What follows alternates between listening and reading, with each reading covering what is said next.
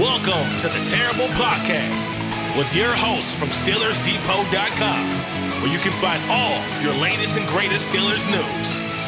It's Dave Bryan and Alex Kozora, always lit, talking Steelers. And now, here's Dave and Alex.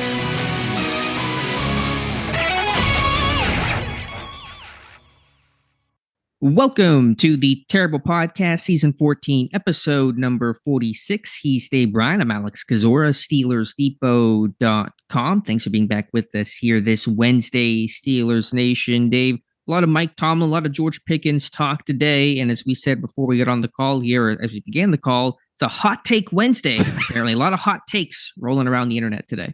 Yeah, I'm sure that's already been Hot Take Wednesday. I'm sure we're not the first to come up with that, but a lot of as I DM'd you right before we got on here, a juicy Wednesday kind of starting off with a lot of hot takes flying around coming out of the press conference yesterday that Mike Tomlin gave, and really overall it wasn't that long of a podcast.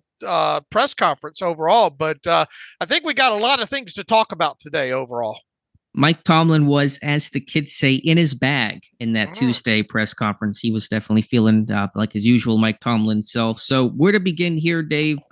Should we start with a brief injury overlook or dive right into George Pickens or play the Rashard Mendenhall greatest hits? Dealer's choice to you. Yeah, let's get all the injury stuff and stuff related to the Packers game and kind of his recap of what he said about who might be in or out at right tackle and those kind of things. Let's clear that off the slate.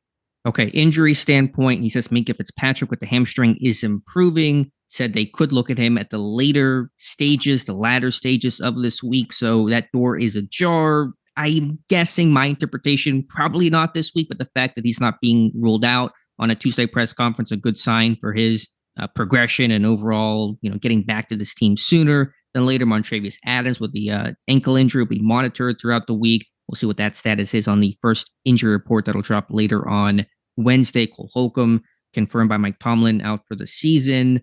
Am I missing anything else big from the injury standpoint? Bumps and bruises associated with play.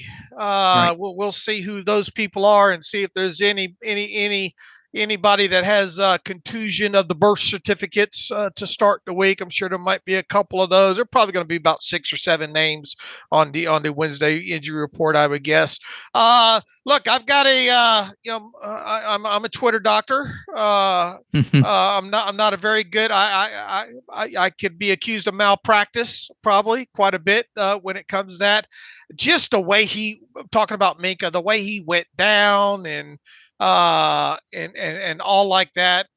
I would guess, and I've been wrong with these before, I would guess that he's not going to play against Green Bay. And look, I mean, my feeling is, do you want to rush him back to a later part of the week kind of scenario? Because, after Green Bay, you've got 2 division games coming up against Cleveland and Cincinnati. And man, you sure do want Minkah on the field for both of those. And look, every game's important. I get all that.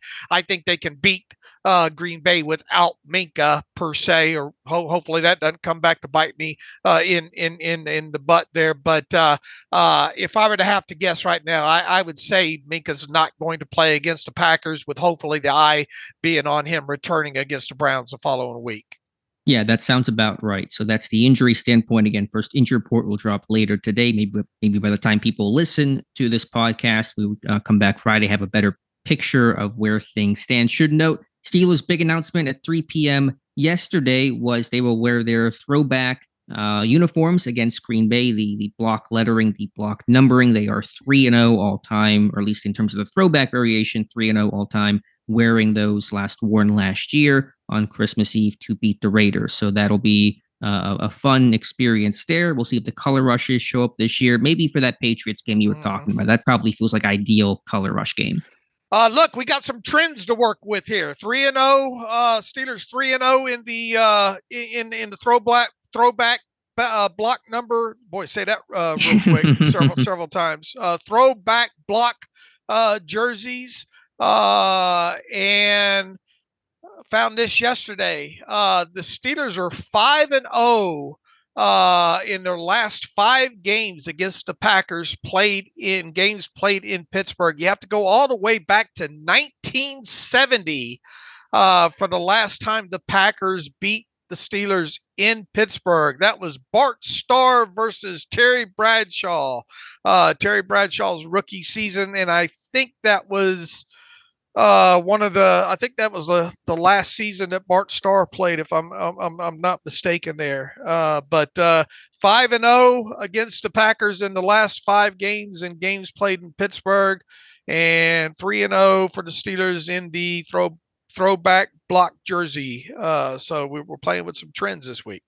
And let's hope Kenny Pickett has a better game than Bradshaw did that day. It was a loss for the Steelers. Bradshaw completed 3 passes for 110 yards and a touchdown, but 4 interceptions. So more interceptions than completions, and yet the 3 completions went for $110 and a touchdown. But hopefully a better stat line for Kenny Pickett. I'll take a wild guess and say it will be against Green Bay this weekend. And correct me if I'm wrong, that was the Bradshaw. At the time, it became like the second longest play from second or third longest play from scrimmage for the Steelers at the time, I think, in that 1970 game to the tight end Dave Smith. Dave Smith. We've written about that play quite a few times, I think, over the years when we've recapped longest plays from scrimmage. So one of those plays was a long one there to Dave Smith. So yeah, I'm going to go out on the limb and say Kenny Pickett has more than 3 completions in this game. Let's hope so. All right, Dave, the other big thing from the Mike Tomlin press conference, who will be the team's starting right tackle? Mike Tomlin not explicitly saying that, but says they're going to take another look at Broderick Jones. My guess is you can reliably interpret that meaning that Jones will start at right tackle this weekend, but Tomlin did not confirm that. He says they'll work things out in practice this week.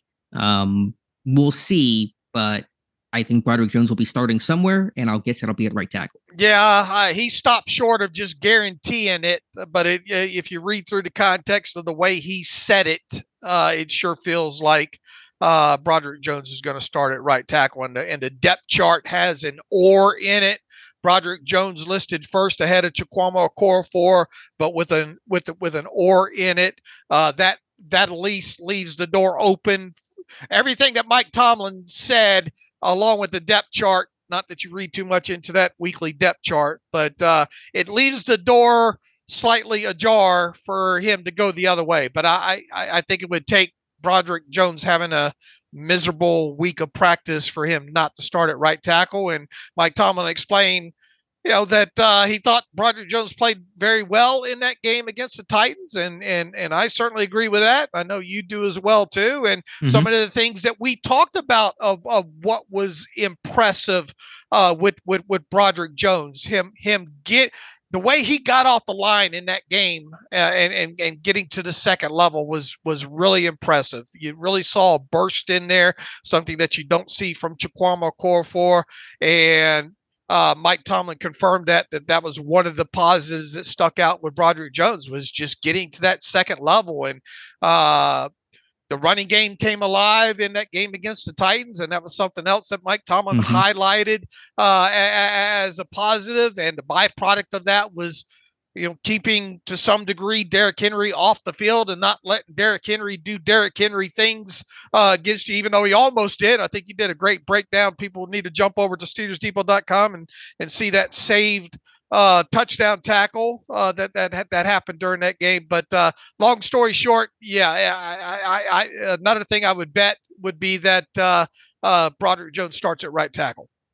Yeah, it's hard to bench that guy when you ran for $166 and had one of your better offensive performances. Still a lot of meat left on that bone, missed opportunities, but running the ball, certainly your best output of the season. Jones was a big part of that. So it's an expensive right tackle you have on the bench in Chukwuma Okorafor, but it's the right decision to me to start Broderick Jones. And some people wonder, could Dan Moore move over to right tackle or, move these guys around? And Mike Tomlin said that Dan Moore is significantly better on the left side than the right side. So he's really a left tackle only. Yeah. What do you take about that quote? That's kind of un-Tomlin-esque to a degree, to be that kind of definitive in it's a positive take it's a backhanded compliment to some degree, I guess. It's probably just the truth. I mean, they've tried more a little bit at right tackle. I think his rookie year, whenever Bannon was trying to work his way back, Okorafor was working at left tackle, and then they did it at right tackle in camp a little bit this year when Jones would get the occasional first team reps. But Moore's been a left tackle throughout his career. I think he's referenced that Jones is better at right tackle. Remember that week that Okorafor was in concussion protocol, and they had Jones at right tackle, and Moore said, Jones is a better athlete over there. He's more comfortable there. So, I was skeptical of how well Jones would look at right tackle.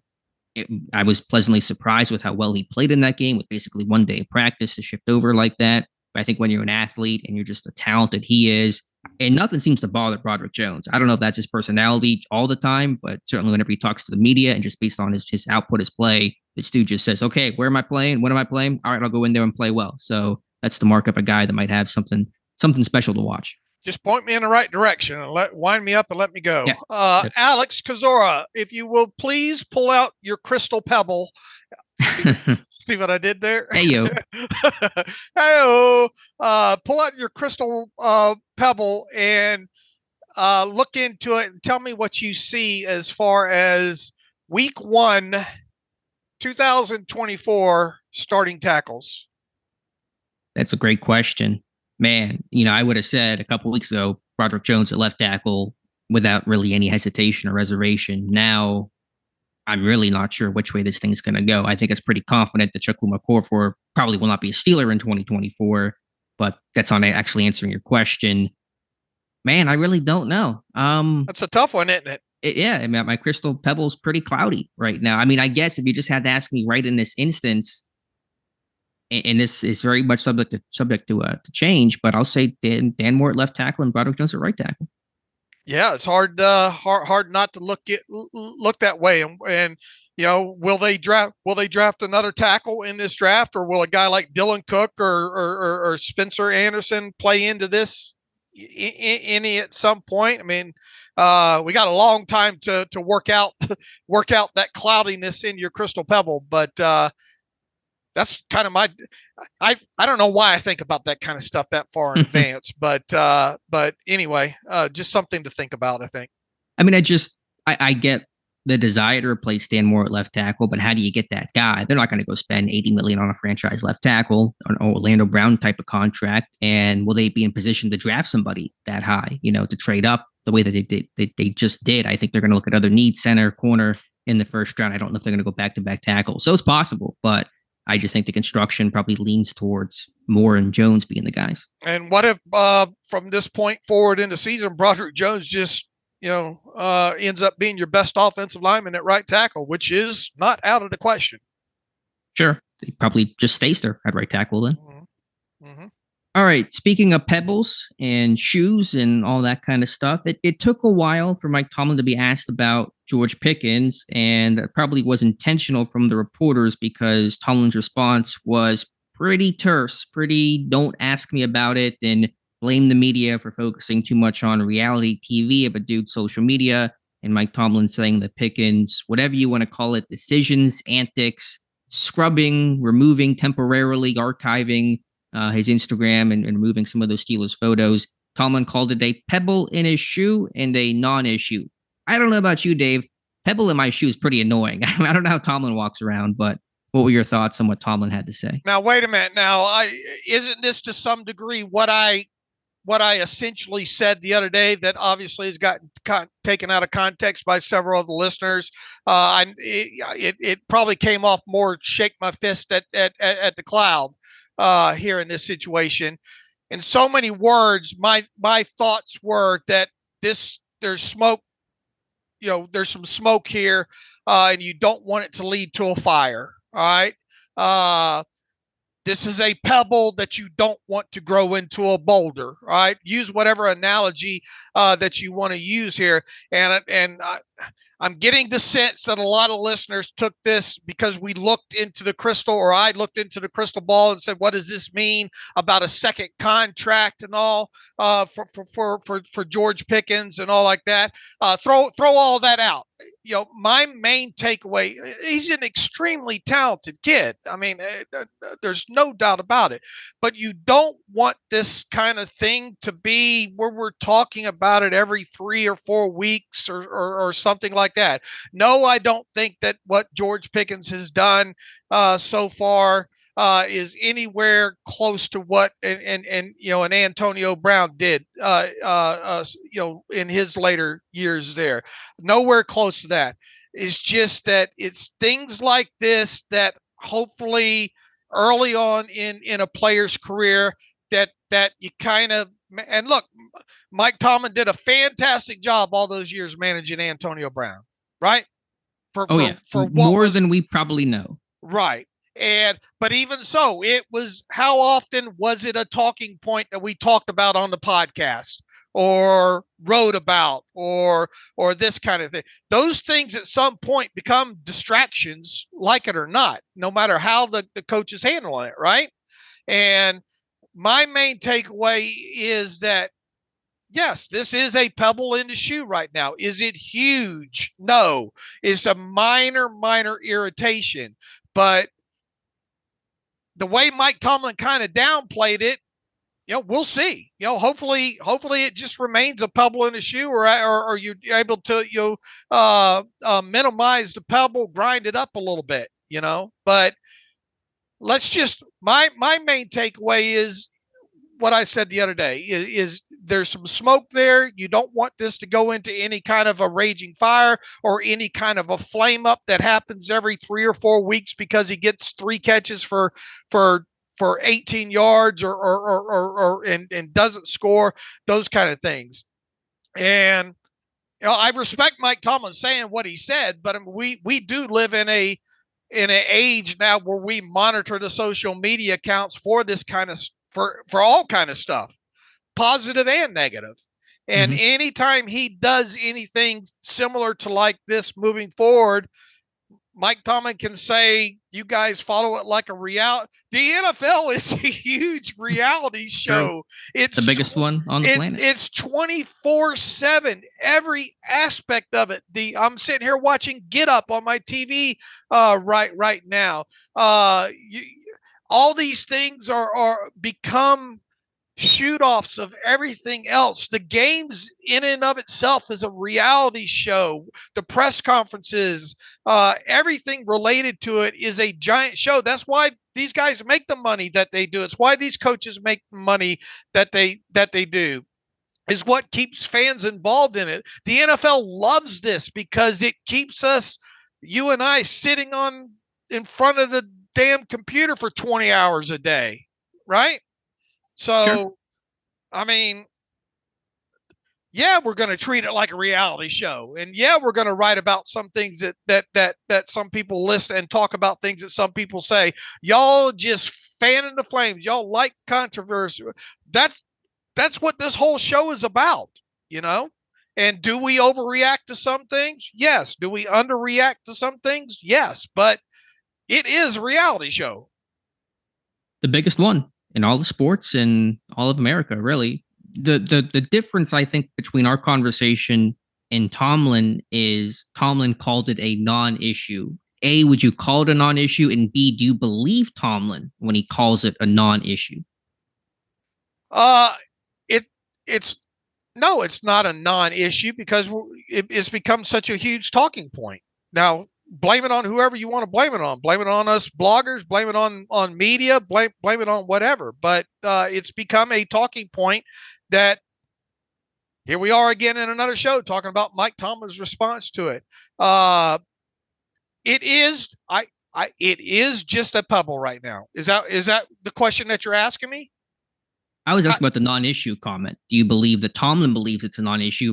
Partially, what I think is a pebble in. Is a pebble in? Do you notice a pebble in your shoe? I do personally. I do too. I take my shoe off right away and get that pebble out of there. I don't leave it in there. Tomlin's overall point was to downplay this and blame it as a media created story and essentially say that he pays no mind to whatever George Pickens did on social media. That's his takeaway. Is he's basically trying to downplay it as much as humanly possible.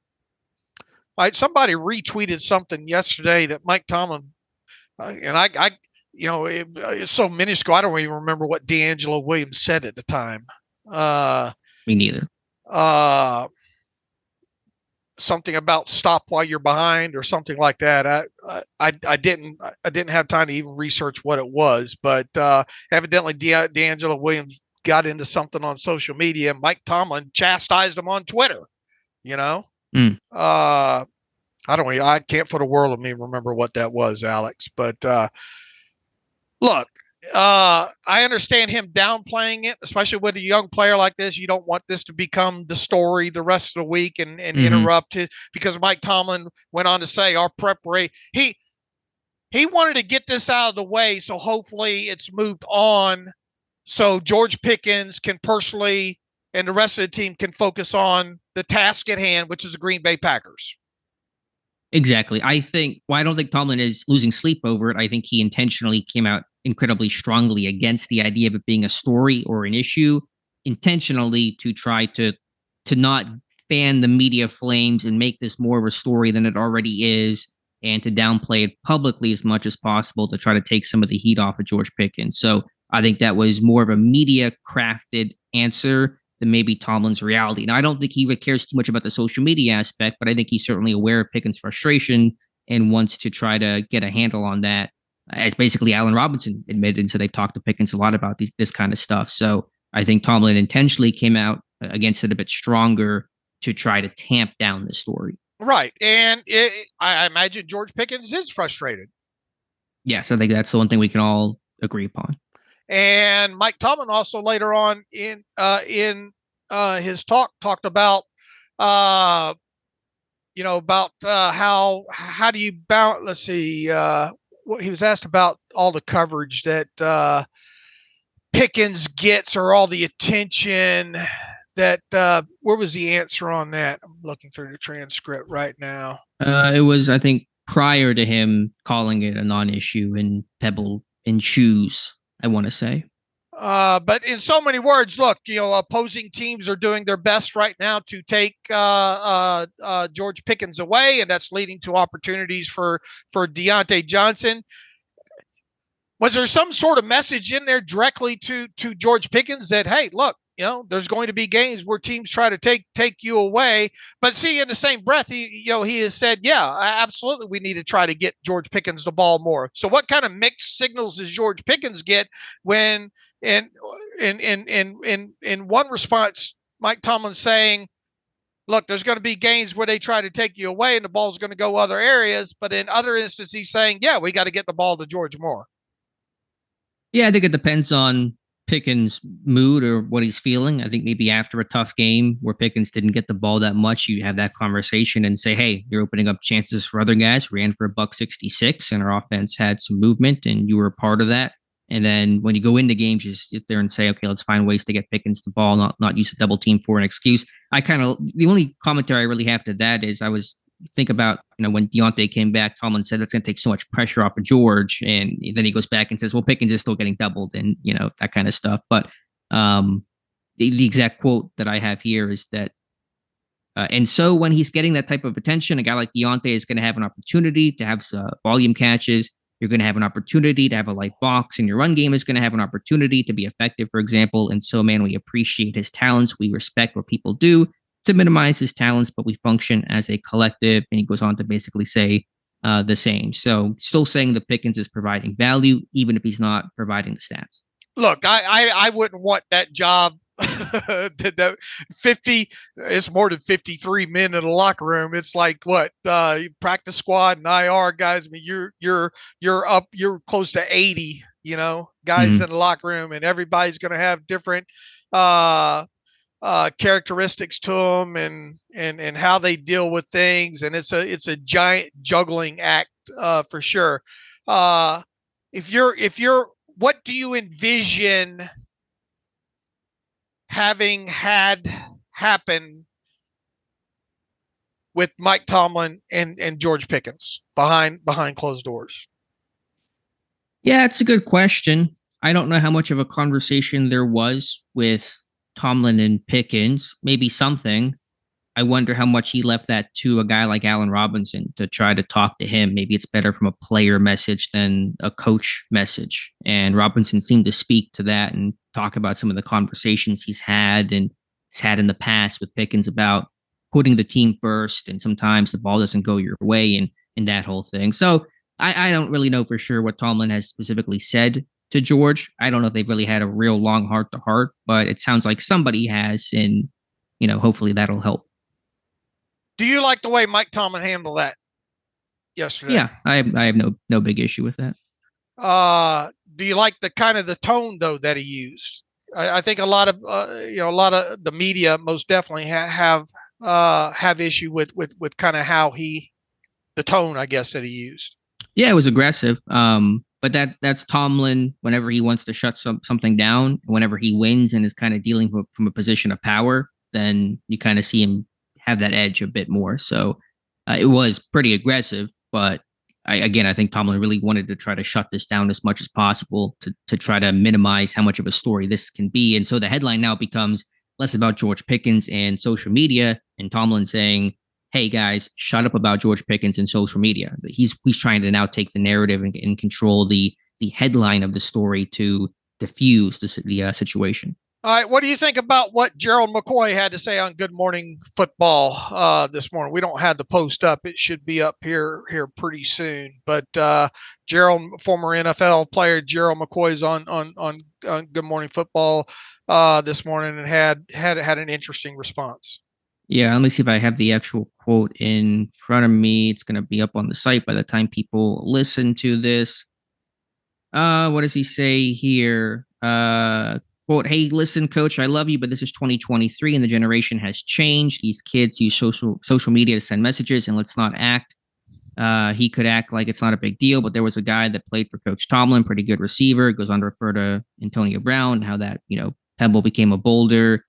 Yeah, I mean, again, I think it's something that has to be not just brushed aside and discussed with George Pickens. But as I said on Monday's show, I think, it's not the end of the world. And if the worst thing that George Pickens does is be a little pouty on the sideline and take down some Instagram photos, I can work around that. All right. Can you work around that every 3 weeks? Well, no, that's why you want to talk to him and still address it. But I'm just saying, I think we've seen, far worse happen with, past receivers like Antonio Brown. Look, once again, let me reiterate. At the end of the season, no, I'm not saying the Steelers need to trade George Pickens away or run him out of town or anything like that. I do agree. Put whatever analogy that you want to put on this, a pebble, smoke, whatever. I think it's a pebble in the shoe right now. I just don't want this to be a thing that every 3 weeks we're talking about because, it's going to be talked about, and those things usually grow. And will it ever go into the magnitude of an Antonio Brown? God, you sure hope not, because that got pretty. That was a raging fire there near the end. So my concern is just, man, hopefully he can get through to him and the other players in the locker room and this not become an every 2 or 3 week thing. Maybe it's a, once every or twice a year type of thing, because these guys are going to get upset that they're not getting the ball. This guy wants, and Mike Tomlin put it right, this guy wants to contribute to the win. And that's why he gets frustrated like this. But there is a balance that he's going to have to learn, that not every game is he going to put up 100 yards and a touchdown and make the phenomenal catch. At least you don't think so. I mean, every week, it seemed like every game we were talking about Antonio Brown doing something that was just we're running out of words to describe. Right. And Pickens is in an offense that was not like the offense AB was in, that was prolific and pass happy and had a Hall of Fame quarterback throwing those passes to you. So Pickens has to understand he's playing in an offense that's, one of the weaker passing games in football. And sometimes your stat line is going to reflect that. So again, something I think that has to be talked about internally. I think Tomlin's approach is, I don't want to make this a media story. I don't want to have this thing be external. It could be a distraction or just the story of the week for the Pittsburgh Steelers. but just also recognizing that Pickens is a second-year guy. He's 22 years old. He's dealing with a lot of things he's not had to deal with before in terms of attention and scrutiny, and DB's trying to, prod him and piss him off and all that kind of stuff. So just have a little bit of grace and recognize it's a 22-year-old second-year guy, trying to figure stuff out, and there's gonna be some trial and error along the way. All right, and I think it's a pebble in a shoe. Okay, so fair enough, and we'll see if George Pickens talks, and we'll see what happens with other player reaction, and should get some of that here later today. All right, how do you think Pickens is going to answer the question? People were reading too much into it. Y'all blew. I was just rearranging my social media and. Probably. Will he talk? I'm not even sure if he has the obligation to speak this week. Maybe at some point. I don't know what the media rules are for some of these guys. I think ideally someone tells, Pickens, what else is there to say other than that? Is he going to sit there and talk about his frustration and make this a whole story again? Hopefully, hopefully we'll be a bit wiser than that. Like to see him go out and get 100 yards and 2 touchdowns. Yeah, that'll be a good way to end this story if he can produce and if this team can win. Right. All right, Dave, what else from Mike Tomlin's press conference? Pickett. Yes. It really, I get the answer, and it was a good answer from Tomlin, but every week Mike Tomlin gets asked about why is Kenny Pickett so good in the fourth quarter, and why is Kenny Pickett so bad in the first 3 quarters? And I don't know how many ways there are to answer that at this point.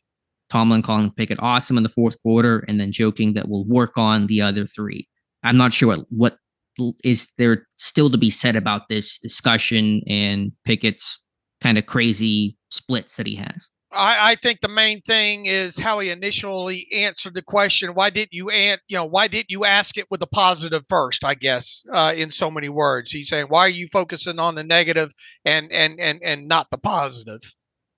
I think it was tongue in cheek. Pursuta that he was that asked that question, if memory serves me. But look, that one of the redeeming qualities that we talked about with Pickett the other day was, say what you will about the first 3 quarters or 4th quarters, you keep him close in ball games, he's pulled them out.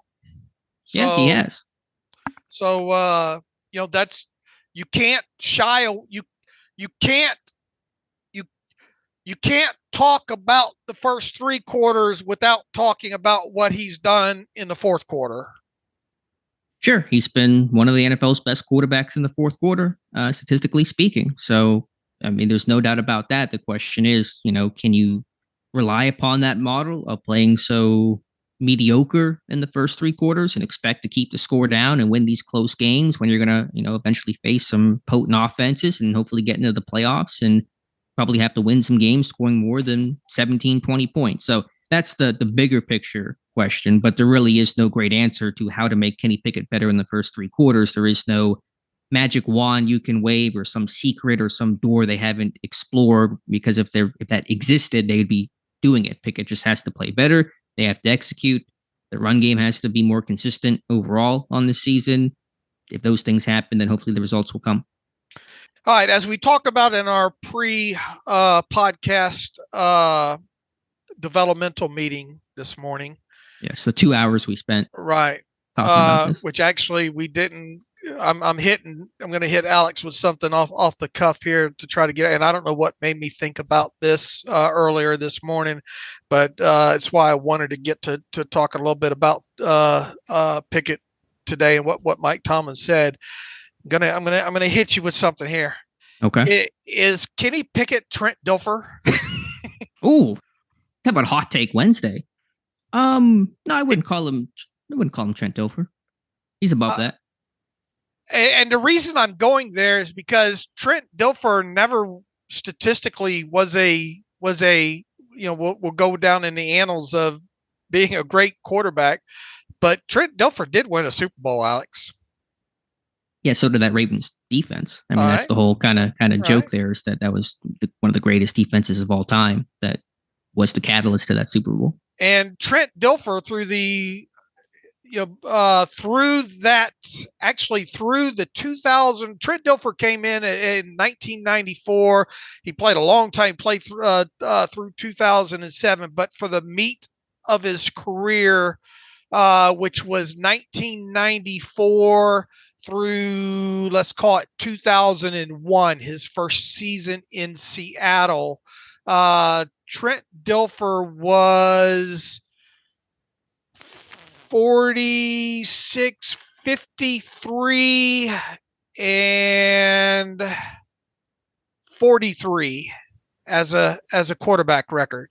And he was in a few playoff games, most of those obviously coming with the year in Baltimore, a few others, I think, with Tampa Bay. But he won a share of games, and he won a Super Bowl. Now, obviously, the year, going back 2000, geez, that's 23 years ago now. The game obviously has changed, and it'd be interesting to go back and look at some of the adjusted net yards per passing attempt numbers for some of the top 10 quarterbacks in that year or that era, if you will. But teams won with Trent Dilfer. Sure. I just think Kenny Pickett is capable of doing more than what Trent Dilfer was. I think Dilfer really had to be carried, and I think Pickett's going to need to have a really strong roster around him and probably a little bit of luck along the way. But I think Pickett's able to do more when you talk about the fourth quarter comebacks and the heroics late in games. I don't remember Dilfer's career that in depth. I don't know what he did or did not do in the fourth quarter, but I imagine he probably didn't have some of the productivity late that Kenny Pickett has had. In his second season with Tampa Bay, he had 3 game-winning drives, 1 fourth-quarter comeback. In his third season, he had 3 game-winning drives, 3 fourth-quarter comebacks. Even in his fourth season, and long story short, for his career, he had 14 fourth-quarter comebacks and 15 game-winning drives. Okay. Now, not all of those are created equally, so I don't know. Sure. You could hand the ball off for an 80-yard touchdown. There's a lot of context, right? Yeah, so I don't know for sure on that. So I'm not saying that he is him. It's just kind of the first thing that popped in my head this morning because I thought, can you win? Can a quarterback like Kenny Pickett win? And the answer is yes. But there are so far things that need to happen for Kenny Pickett to win. You need to get him to the fourth quarter in a close game, first and foremost. Sure. That's been the way this team has won the last 2 years. And the other thing, that I thought about is Trent Dilfer is a Super Bowl winning quarterback, like it or not. Would you rather be known as a what would Dan Marino trade for a Super Bowl trophy? Yeah, probably a lot of stats.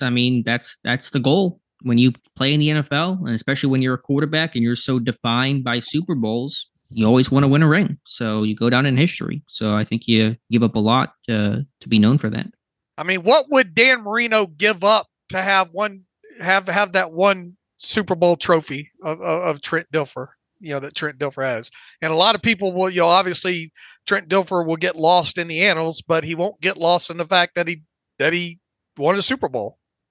Sure. Yeah. Again, you go down in history for that. So that's the goal of every quarterback. You would hope is to go win a Super Bowl. It's certainly Kenny Pickett's goal.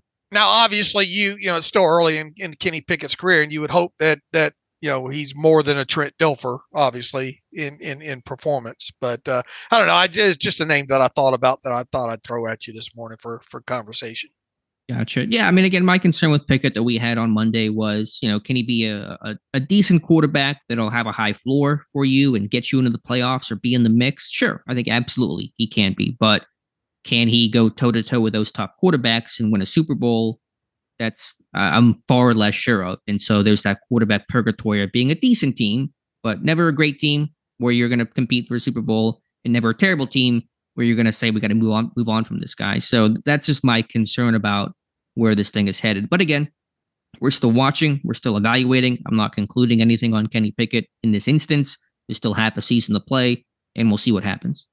He's got 6 touchdown passes so far through 8 games. How many will he throw in the final 9? I don't know. Probably, a similar number, hopefully a bit more. You can get to 10. I think maybe you take that. Okay. So you don't think he'll hit 20? Because I think, didn't I put him, what was the over-under number we were dealing with? 18.5?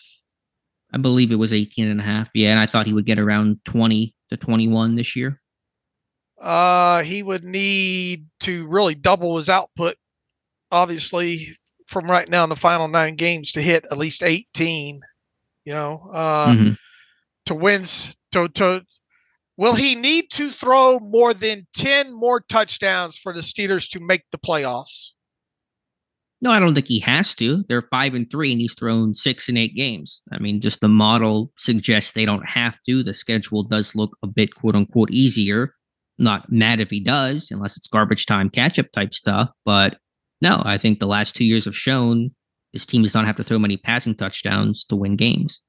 All right, it will be interesting, as we said in that show the other day, to draw the line in the sand right now and look at what he's able to do in these final 9 versus the first 8. Sure. All right, Mike Tomlin kind of putting a bow on the presser. Let me go back through and see if he had anything else to say. So talked about the inside linebacker rotation being much less of a rotation now that Cole Holcomb is out. Really hinted that Mark Robinson probably will have a role, but not to the degree of the 3-man rotation they had before of Holcomb, Alexander, and Roberts. So it's going to basically be Alexander and Roberts being the guys the rest of the way. Right, and he called it kind of a luxury what they have had up until this point with Holcomb and Roberts and Alexander. So, and he went on to describe it more as a traditional rotation between those other two. And as we kind of said the other day about Mark Robinson, I would expect him to get on the field in some situations, but barring injury, it's probably not going to be as much as a lot of fans and listeners would like it to be.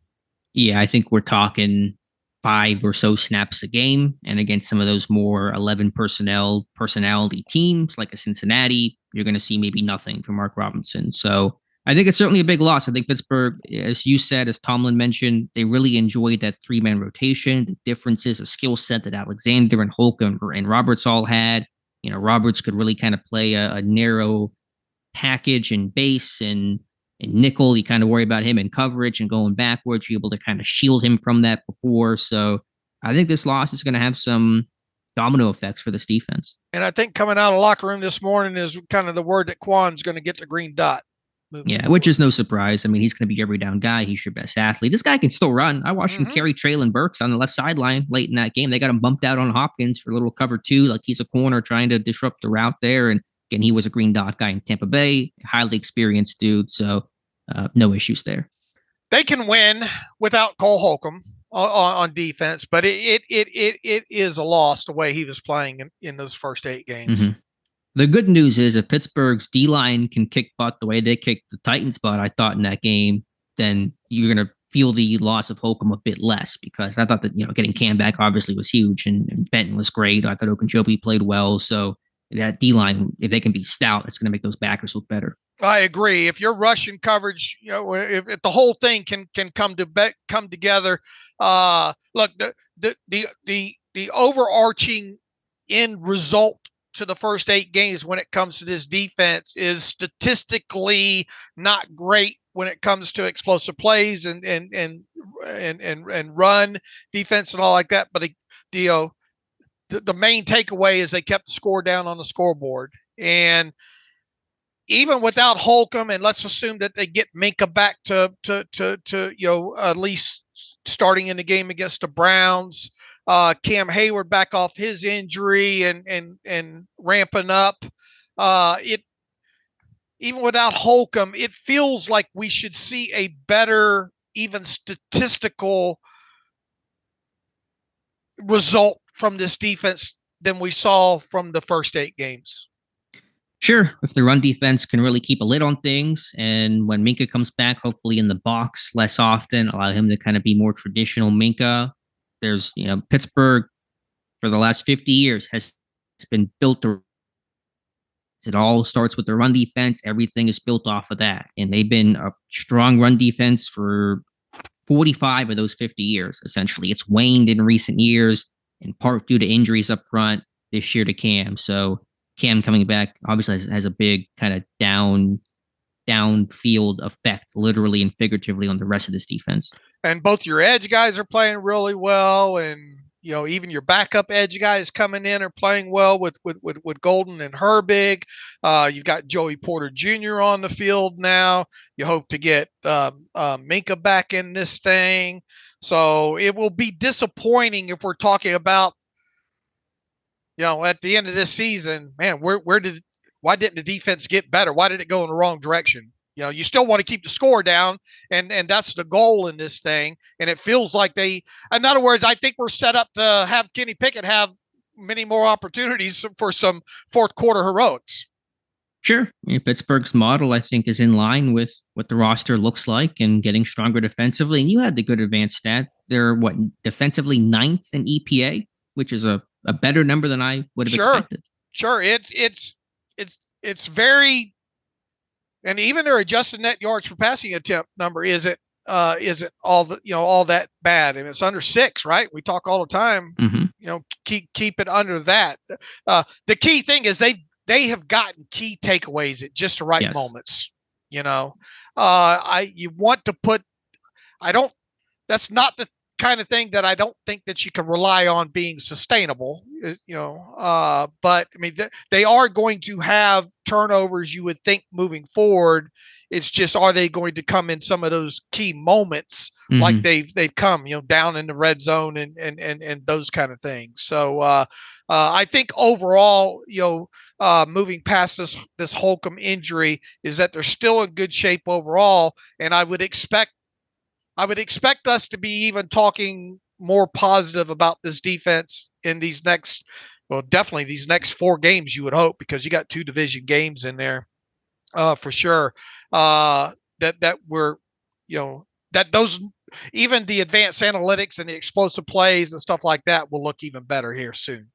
That Bengals game, though, will be key because that Bengals offense is humming right now. Burrow's healthy. They got Chase out there. They got Higgins making plays. That offense has come alive. And so that's going to be a good litmus test. If Pittsburgh's defense can do 2 things the rest of the way in terms of what they've on top of what they've already done, improve this run defense, which they should with Cam back, and not allow so many big plays, you're going to have a really, really strong defense, a top 7 type defense in football. Right now, they're a defense that is created a lot of big plays and they've allowed a lot of big plays. So you're trying to balance that more in the create big plays without allowing the big plays scale. That's what they have to do the rest of the season. I agree. Speaking of, you said Cam Hayward on the sideline. One guy who will be on the sideline again this weekend is Matt Canada. Mike Tomlin confirming that Canada will remain on the sideline as he did against Tennessee. He said he liked the results of that. It got good reviews. I don't know if you go to Yelp for that or where you go for reviews of Matt Canada, but the players seemed to like it. The results I thought were encouraging. So no surprise there that Canada will remain on the grass this weekend. Yeah, don't run around trying to fix things that aren't broke. Yeah. And again, it is broken to some degree still offensively, obviously, but the offense looked, from a play calling perspective, and, I thought he made some good points. He's down there. He gets more of the face-to-face communication, all that, the byproduct from what happened against the Titans is positive. The reviews were good. Mm-hmm.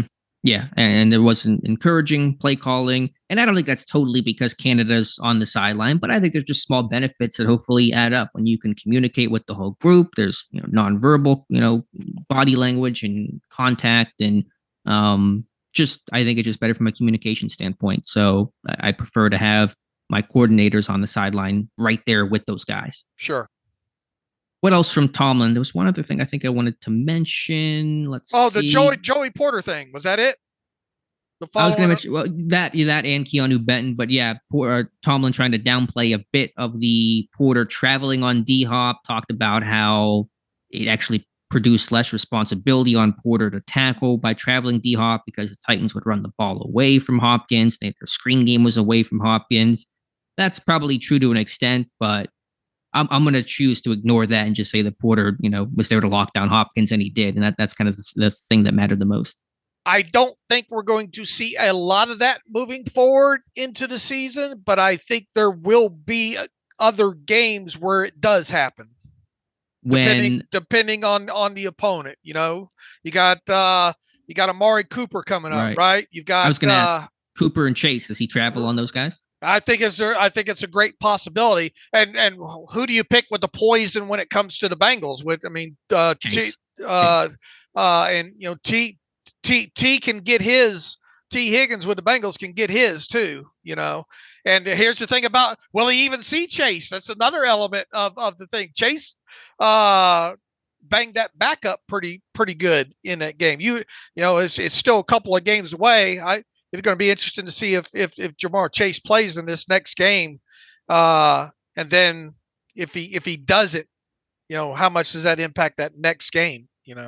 I think he'll play. I don't know the situation too well, but I'm sure that back is hurting because he fell hard on it. But I think he's going to play. And yeah, Higgins is a really talented guy, but it's Chase. Chase is their bread and butter. He's their number one dude. So if you're gonna travel anybody, you're traveling with Jamar Chase. What about Amari Cooper? What are you going to, especially with them not having Chubb and those kind of things? Would you consider traveling with Amari? I would. The only concern with Amari is that he's a really good route runner, and some of the underneath stuff, I wonder if Porter's going to match that fluidity. Hopkins doesn't really have the legs anymore. He's kind of a real physical, contested type of dude, which is more in Porter's wheelhouse. And so I think Cooper is going to provide, actually, in some sense, a tougher matchup because Cooper can get open. He's a really fluid route runner at the break point, and you just wonder if Porter's going to have maybe some trouble matching up against that. All right, and with the Packers this coming week, we'll preview that more in the later in the week here. But they've got a decent receiving core over there, but it doesn't scream one guy that we've got to travel around with. Yeah, I mean, there's some freak shows there. Christian Watson's one of those dudes, height, weight, speed type of guy. It's a young offense, Dave. It's like the Steelers last year. My boy Romeo Doubs over there, and obviously Reed. We talked a lot about him in the pre-draft process. Mike Tomlin gave him a lot of flowers yesterday. Called him the best interior receiver of that draft class. I don't know if they included Jackson Smith and Jigba and Jordan Addison as part of that, but high praise for them. And you got Wicks. I mean, all those guys are 24 years old or younger. It's a really young offense overall, but yeah, they don't have the number one dude that the Bengals and the Browns have. So I'm not sure if traveling will happen in this game or not. All right. So we're in agreement that we're not going to see it every week, but we'll probably see it in some games moving forward with Porter. Yeah, I think so. I want to mention Keanu Benton as well. Mike Tomlin talked him up, Dave. I watching the tape, I thought Benton, I don't know what PFF was grading him so poorly for. He had a great game. He was everywhere. Pass rush, effort, run defense, holding the point of attack. That's a big game for Keanu Benton. And I praised Montravius Adams, and I've kind of, not been as concerned about the lack of snaps, quote unquote, for Keanu Benton. But watching him in this one, I think you got to start Benton. Like, this is your guy. I mean, this is a dude of the present and of the future. Man, that one clip that I posted of him just plugging it, man, just dropping anchor with two guys on him and still somewhat getting into the final element of the tackle there.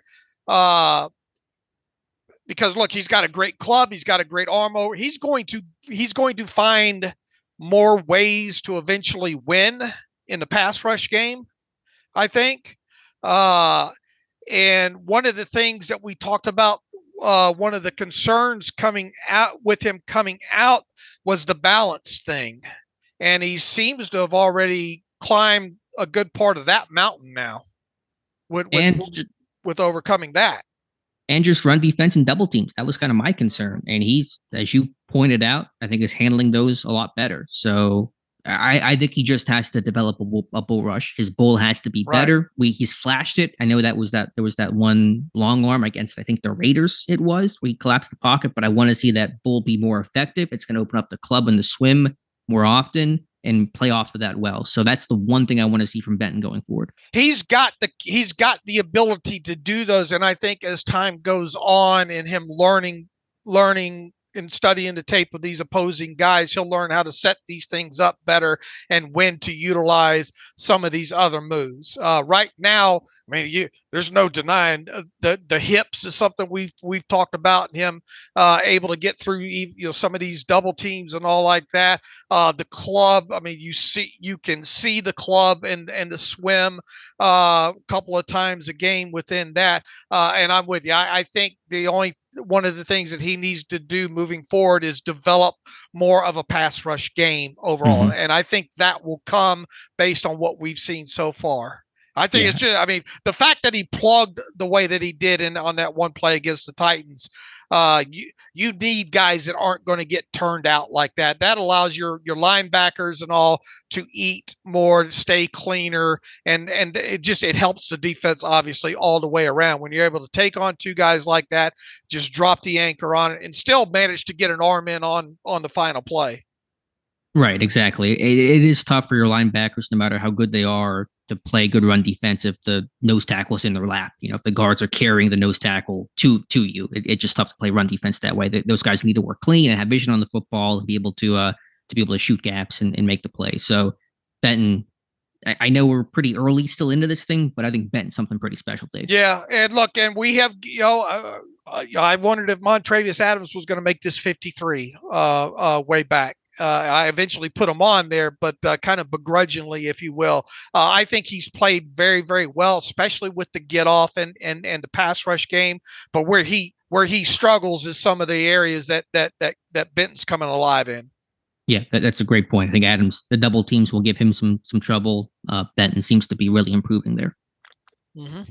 All right, Dave, anything else? Anything else from Tomlin? Anything else from, should we mention the Rashard Mendenhall thing? That's maybe a bit of a story of the day. I mean, it's nothing new. Mendenhall on the Raw Room podcast. It's super long episode. They had part 1 last week. Part 2 went up this morning, and just more criticism of Ben for not being blamed enough for the Super Bowl loss, saying that if he's the leader, if he's the guy that gets the credit in the Super Bowl victories, he should get more of the blame in the losses, and there should be less heat on Mendenhall for his fumble. It's not new ground. It's not new territory. This thing comes up every year or so. I'm not sure, it just seems to be like clockwork, like he's going to see time. He knows he's going to see that clip of the fumble with the Packers game this week. Maybe he's trying to get out in front of it. Maybe Mike Tomlin needs to send him a tweet, say stop while you're behind. right, exactly. At this point, look, that guy's never going to,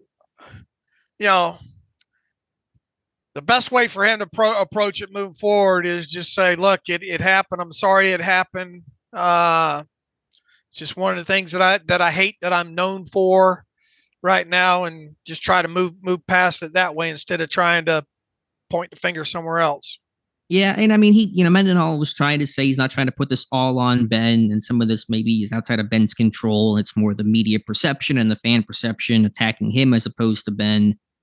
I mean, I don't know. I don't know what else there really is to go over at this point, but just stop talking about it. I think maybe it's the best advice to give to Rashard Mendenhall. He's made it a talking point.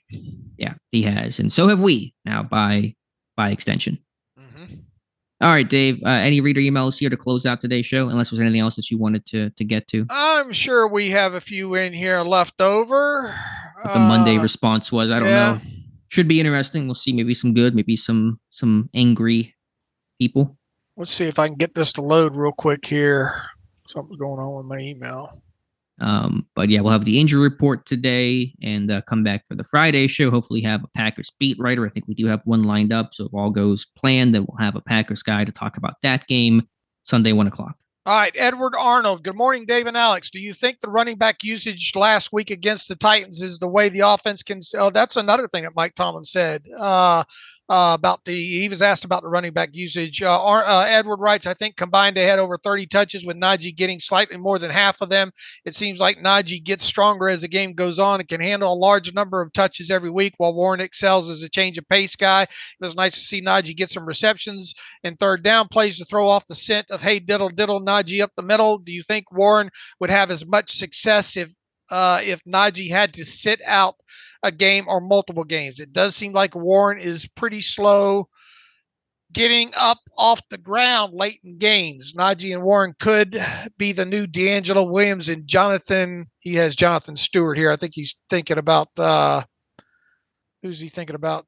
Well, I mean, D-Will and Stewart in Carolina, but I mean, in Pittsburgh, there was Bell and D-Will for that time. Okay, tinfoil hat seems like a lot of ticky-tack penalties lately against the team. Is that a combination of Tomlin wanting to say whoa instead of sick 'em? Yeah, it's hard to, penalties. And look, you got two teams I think that's been penalized quite a bit coming up in the Packers and the Steelers. So make sure to get your bathroom usage done before kickoff. There could make for a long first quarter in this game. Go over what Mike Tomlin said about the splits.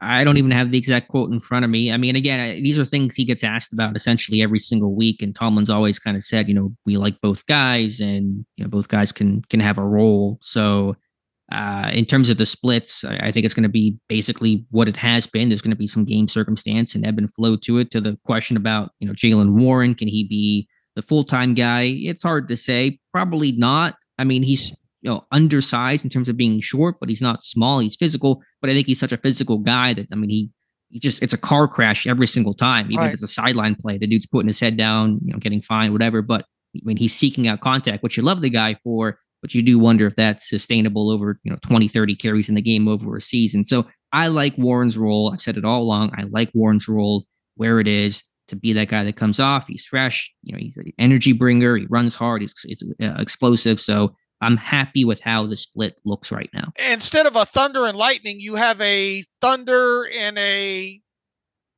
thunder with lightning. yeah, I love it. That's perfect. Kind of duo there. Look, if something were to happen with Najee where he missed time, God forbid, or something, I think you'd see some sort of compliment to Warren as to not wear him down, even though most of the snaps would, predominantly would probably go to Warren. Long story short, I don't think that you throw Warren out there for 100% of the snaps. Sure. I think there would be some sort of compliment within there. It depends on who's on the roster at the time. Obviously, you got a lot of running backs on the roster right now. We'll see how that changes here at some point. Maybe Warren becomes your thunder, and McFarland gets in there to try to be a little bit of that lightning role. So let's hope that we don't. I like how they're using them right now, especially coming off this game against Tennessee. And if it's dictated by down and field position and flow of the game, then so be it. Sign me up for whatever we saw. If you can duplicate, if you had the choice to duplicate exactly what you saw against the Tennessee Titans, I think you do it. Oh yeah, all day. It was a really good rushing attack. The line blocked well, more gap schemes. I was happy to see that. RPOs, I think, gave Kenny Pickett some options. It helped the Tennessee played a ton of too high in that game. Maybe not going to see that always from other teams, but yeah, a really good outing. Bryce wants to know, can we please put the George Pickens social media stuff to rest? No, because it's a talking point. Mike Tomlin talked about it. That's why we talked about it. The way we'll talk about it moving forward is if George Pickens gives us any social media stuff to talk about. Yeah, I mean, there's always lines. Whenever he did the initial free me caption, I was like, I'm not going to try to read into one guy's post, and that can be a dangerous road. But whenever the guy is, removing stuff from his social media, that gets into, okay, you have to really acknowledge and pay attention because something is happening there. Just don't listen to the show if you think we might talk about George Pickens and social media stuff. Probably the best way around that. He says Chooks getting benched is more of a distraction that could have hurt the team. That's actually affecting things on the field. George on social is really nothing, he says. Well, with a core four, I don't view it as a distraction necessarily. I want to know what the guy said, though. He had to say something pretty bad for this to all transpire. I don't know. It had to have been a critique of Tomlin or somebody. It had to have been a direct shot at a player or a coach, right? I would think so. And this morning, he evidently said, if I knew it was going to happen, I wouldn't have said or done what I did. But like I said, it isn't much I can do. I'm just going to have to go on day to day. So, I mean, and look, Mike Tomlin said definitively what Okorafor said got him sat down. And now that you've had Broderick Jones, there is no clear path to Okorafor getting back on the field. Now, to what level of it would help to know what level of distraction that it was by what he said. Obviously, it was something serious enough to get him sat down. So, is that more of a distraction that could have hurt the team? I see where Bryce is going here.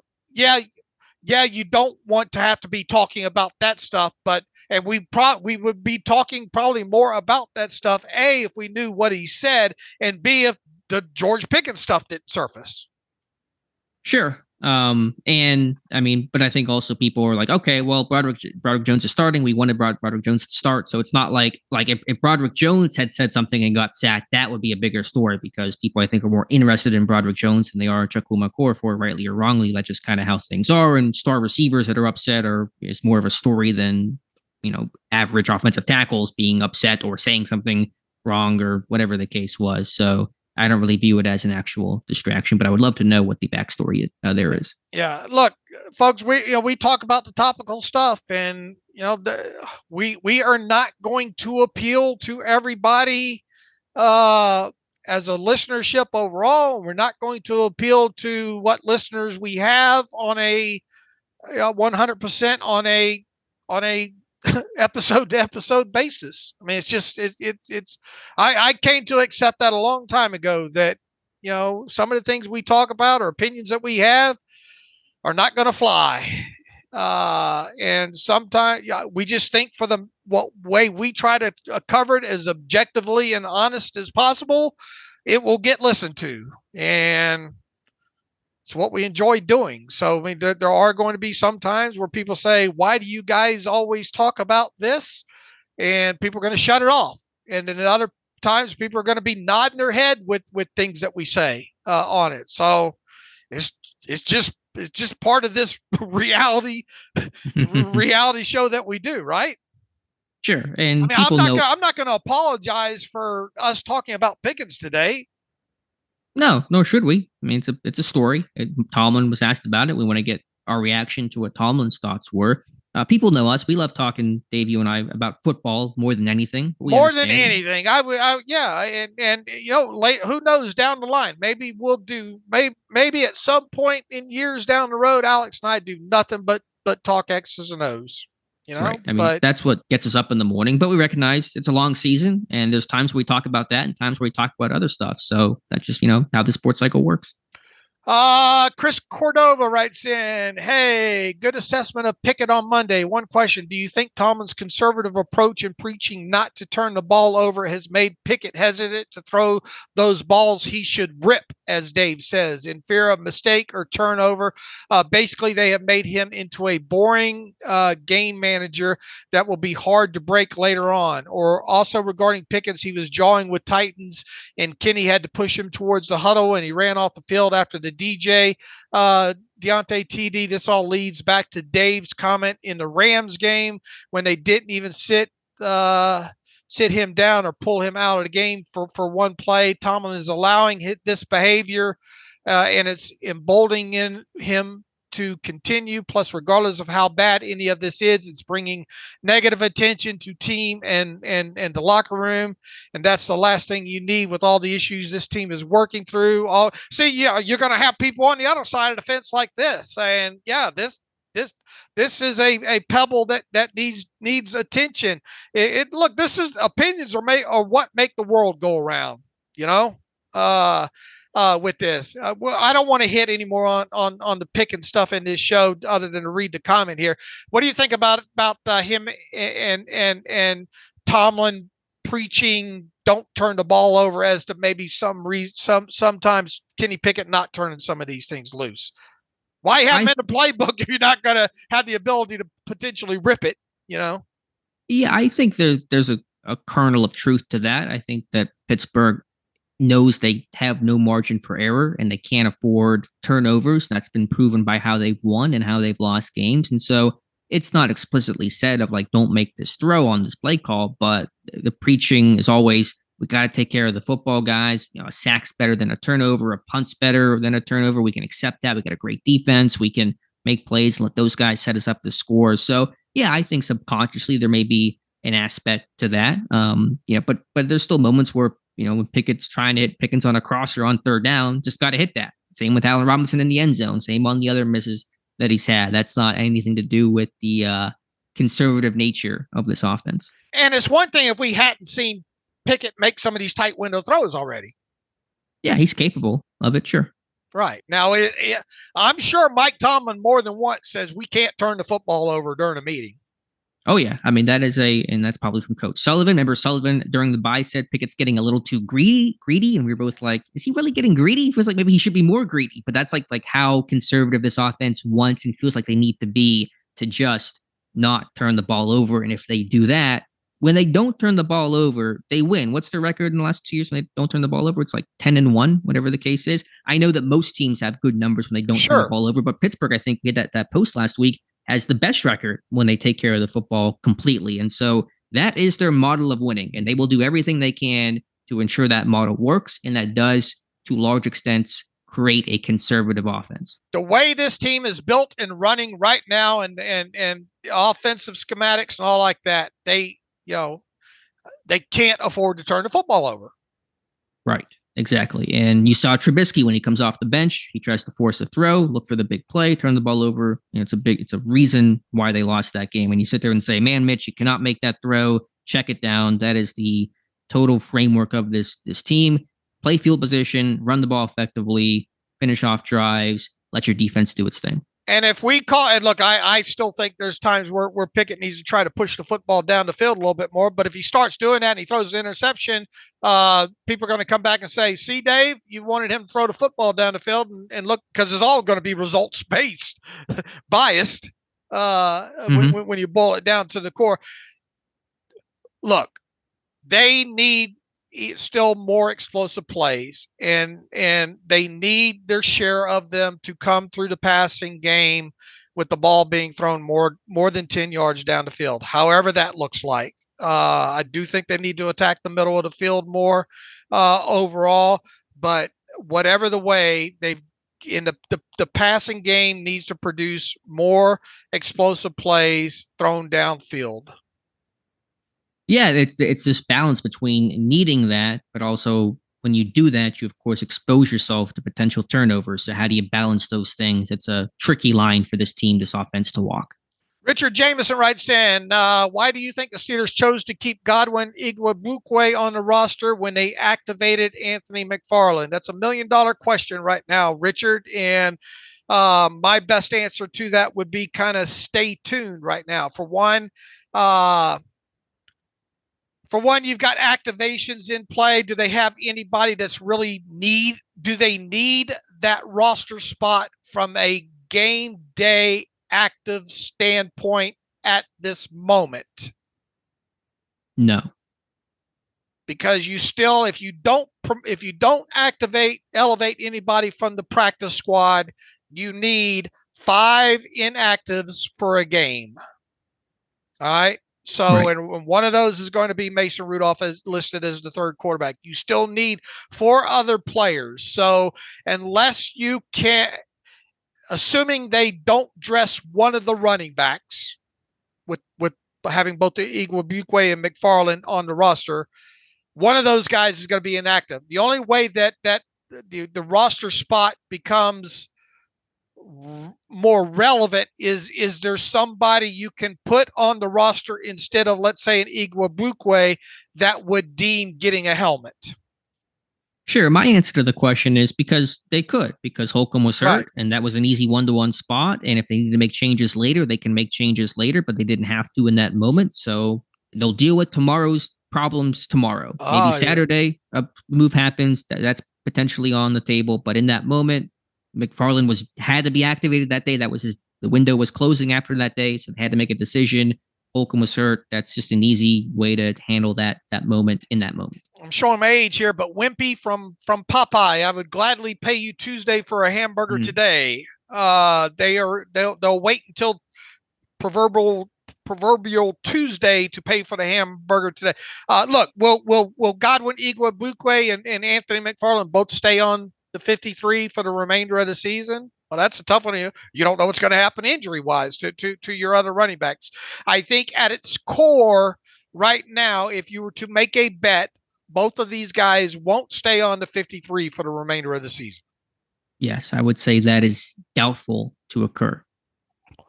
All right. And look, I mean, might not even make it past Saturday. We'll have to see what kind of elevations or whatnot. at this point, and with the seeming health of the team looking like we think it looks like right now, there's a good chance that both McFarland and Igwebuike are on the 53-man roster come Sunday against the Packers, and one of them is inactive. Agreed. And McFarland should be the one active, I would assume. I would assume that being the case as well, too. All right. I think we got through most of them here, Alex, and I think we're running up on, about an hour here? Yep, just a little over. So we'll be back on Friday and preview the Packers game. How mad do you think we made the listenership today? I don't know. I think they're probably more mad at Mendenhall and other things to be angry at today. All right, we'll get back after it on Friday, previewing the game against the Packers, going over the coordinators, what they say on Thursday, and the injury reports and all the normal stuff that we cover on a Friday. Hopefully we're not talking about George Pickens, but we'll see if he talks to the media these next couple of days, and anything he does say, I'm sure we're going to recap, so be prepared for that. So in the meantime, you can follow me on Twitter/X at Steelers Depot. Follow Alex at Alex_Kozora. Follow the show at Terrible Podcast. Email the show, theterriblepodcast@gmail.com. If you like what we do and want to donate to the cause, SteelersDepot.com, hit the donate button. Also, if you like an ad-free version of the site, SteelersDepot.com, hit the ad-free button and follow the directions that way. So until Friday, as always, thanks for listening to the Terrible Podcast with Dave and Alex.